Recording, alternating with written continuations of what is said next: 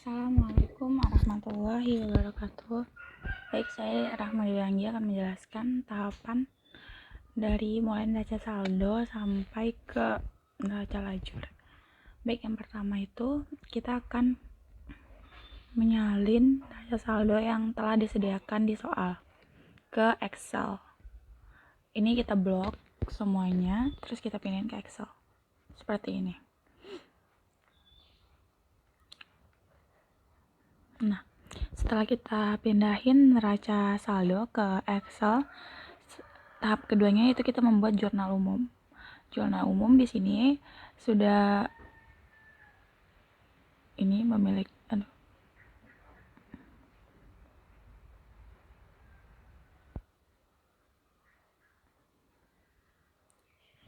jurnal umumnya sudah ada soalnya seperti yang telah tersedia seperti ini.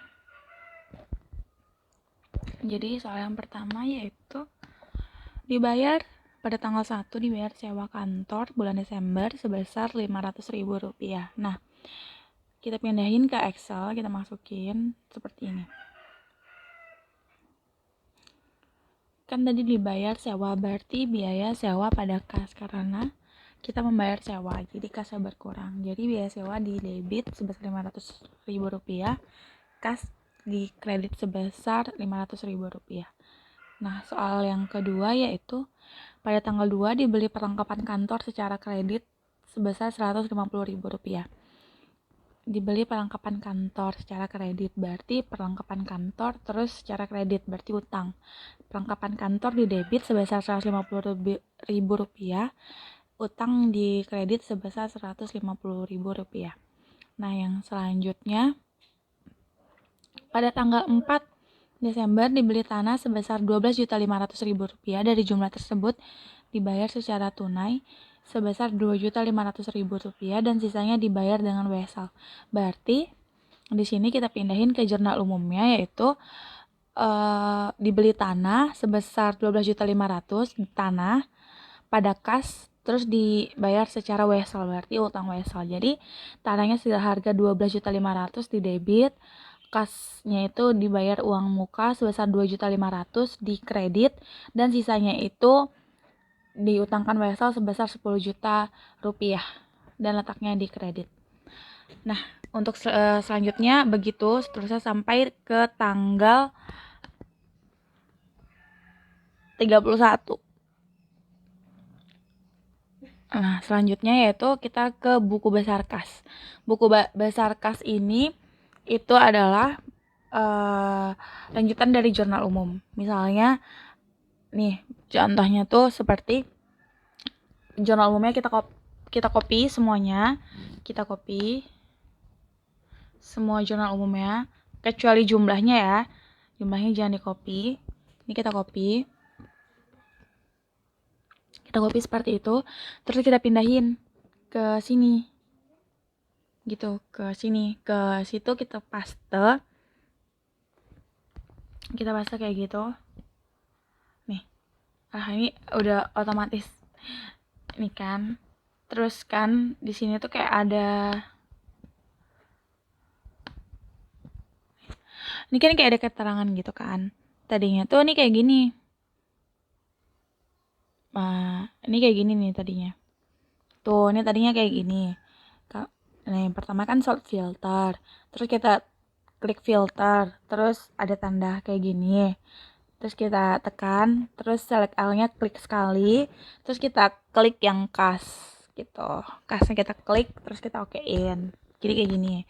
Jadi kan buku besar nih ada banyak. Ada sekitar 12 atau 13 gitu kan. Jadi sesuai urutan yaitu dimulai dengan kas, piutang, perlengkapan, tanah, buku besar utang wesel, buku besar price, buku besar pendapatan, buku besar gaji, buku besar beban sewa, biaya sewa, dan buku besar biaya lainnya. Nah, setelah kita buat ini, kita lanjut ke jurnal penyesuaian. Nah, jurnal penyesuaian ini gimana sih buatnya?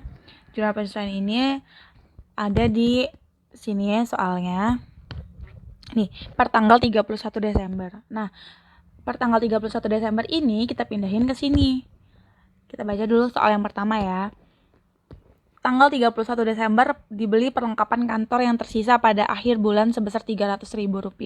Nah, untuk pembuatan jurnal penyesuaian agak berbeda dengan jurnal umum. Kalau jurnal umum yang penjelasnya itu agak menjorok. Ini enggak, ini dibuat sejajar. Tapi dibuatnya biaya perlengkapan kantor gitu. Biaya perlengkapan kantor di debit dan perlengkapan kantor di kredit gitu. Yang kedua yaitu soalnya dibayar biaya iklan yang terpakai sebesar Rp1.900.000. Nah, di situ tuh kita buat biaya iklan dan iklan dibayar di muka karena kan iklannya udah dibayar terlebih dahulu sebesar 1.900.000. Biaya iklannya sebesar 1.900.000 dan sudah dibayar, berarti itunya berkurang kan. Jadi 1.900.000 kayak gitu. Dan yang soal ketiga yaitu pada tanggal 31 Desember, biaya depresiasi gedung ditaksir sebesar 10% dari harga perolehan. Nah, tadi di neraca saldo kan ada biaya gedung. Nih, biaya gedung sebesar Rp10 juta. Tapi di jurnal penyesuaian katanya 10% dari biaya dari harga perolehan. Jadi 10 juta dikali 10%, 10 juta dikali 10 per 100. Jadi biayanya itu sebesar Rp1 juta. Jadi kita masukinnya seperti ini. Nah, seperti ini. Biaya penyusutan gedung dan akumulasi penyusutan gedung sebesar Rp1 juta di debit dan Rp1 juta di kredit. Setelah jurnal penyesuaian, kita masuk ke neraca lajur. Jadi teman-teman, neraca lajur ini itu tuh sambungan dari yang tadi, keseluruhannya gitu. Jadi kita copy neraca saldo yang kita punya tadi. Ini kita copy semua yang dari neraca saldo tadi, terus kita buat di sebelahnya jurnal penyesuaian. Kita masukin angka yang di jurnal penyesuaian. Misalnya asuransi dibayar di muka. Terus kita lihat asuransi dibayar di muka itu letaknya di ini biaya asuransi dibayar di muka letaknya di kredit gitu. Sebesar 375 sama sampai bawah seperti itu. Nah, setelah jurnal penyesuaiannya kita masukin, kita masuk ke neraca saldo setelah penyesuaian kan. Terus ini tuh kayak gini, misalnya ini di kas sebesar 18 juta. Tapi kan di kredit nggak ada, di jurnal penyesuaian juga nggak ada debit kreditnya. Jadi langsung aja kita pindahin.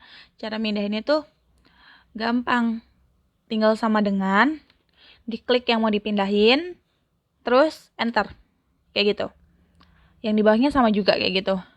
Kayak yang sama dengan diklik yang mau dipindahin, terus enter. Kayak gitu teman-teman. Jadi kalau yang di bawah ini kan nih, asuransi dibayar di muka sebesar Rp750.000. Tapi di jurnal penyesuaian ada, tapi di kredit. Nah, karena yang satu debit, yang satunya kredit, jadinya dikurang. Berarti sama dengan yang di debitnya kita klik, terus buat tanda kurang. Ini kreditnya juga kita klik buat udah, terus kita enter. Nah, kenapa letaknya di debit? Karena di sini debitnya lebih besar daripada kredit. Tapi nanti kalau kebalikannya, maka letaknya di kredit kayak gitu. Tapi kalau misalnya kita temuin nih kayak gini, contohnya yang sama-sama di debit nih, kayak gini. Kalau sama-sama di debit itu dijumlah. Nih, ini misalnya ya, sama dengan, terus kita klik yang neraca saldo di debit yang biaya gaji dan konsumsi, terus tanda tambah, shift tambah, terus kita klik yang ini, terus kita enter kayak gitu. Dan seterusnya kayak gitu. Nah, untuk laba rugi itu sendiri ini dimasukin setelah kita buat neraca saldo setelah penyesuaian. Nah, laba rugi ini didapat dari mana sih? Laba rugi ini didapat dari neraca saldo setelah penyesuaian, tapi hanya yang dimasukin yang nomor akunnya mulai dari 4 sampai dengan 5. Kayak gitu. Jadi ini adalah angka-angka yang diperoleh dari neraca saldo setelah penyesuaian, tetapi yang dimasukin hanya nomor akun yang nomor 4 sampai dengan 5. Kayak gitu. Neraca saldo, kita masukin semua kan, kita buat jumlahnya. Terus dan neraca. Nah, neraca ini gimana sih? Neraca ini kita masukin juga dari neraca saldo setelah penyesuaian, teman-teman. Neraca saldo setelah penyesuaian, tetapi yang dimasukin adalah nomor akun yang mulai dari nomor 1 sampai dengan 3. Kayak gitu, teman-teman. Ya, semoga apa yang telah saya sampaikan bisa dimengerti dan semoga bermanfaat. Lebih dan kurangnya saya mohon maaf. Saya akhiri. Wabillahi taufik wa hidayah. Wassalamualaikum warahmatullahi wabarakatuh.